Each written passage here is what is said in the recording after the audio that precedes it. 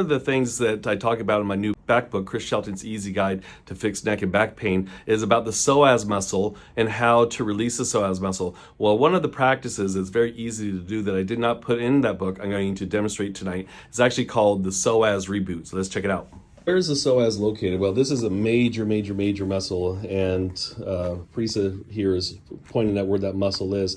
And this is the thing that actually controls the low back. So when we look at lower back issues here's a model of the psoas, and it attaches to the spine. And what happens is that when that psoas muscle gets tight on one or both sides, it then compresses the vertebra, which then compresses the disc, and then it compresses the nerves that are coming out of the spinal canal. Guess what? That's what creates the back pain. So you could do it with both legs down, or you could bend one leg, okay? And then now with the opposite leg, what's going to happen is she's going to pull her toe back, so put the toe up. And then what's going to happen is she's going to lift the foot 3 inches, keeping the leg locked, 3 inches off the table. And then she's going to interiorly rotate. So she's going to rotate the knee inward. Okay, do you feel that? Yeah, I can also feel it on this leg too. Okay, good. And then rotate out, all right?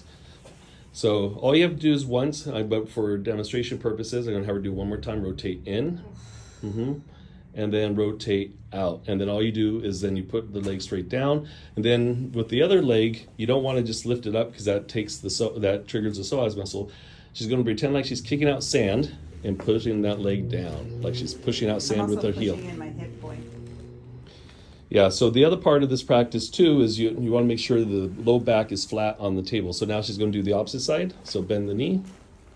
Okay, now she's going to be triggering that psoas. So again, this foot here is going to pull back. By the way, I'm sore inside my left hip here, so this is good. Lift the 3 inches off the table. Insert, turning the knee. So when we think about interior rotation here, she's turning the knee inward, and then it's going to turn the knee out. Okay, and one more time, she's going to rotate the knee in. Out as much. Ooh, that's tender. And rotate out. All right, and then she's going to scoop sand with the opposite foot. It doesn't look like that much work, but it takes a lot of effort. Very simple practice to do. All right, then what you do is then you go ahead and walk. So after you do the psoas reboot, and you can definitely do this more than once. You don't. So if you're having lower back issues, you lay on a hard surface on the floor.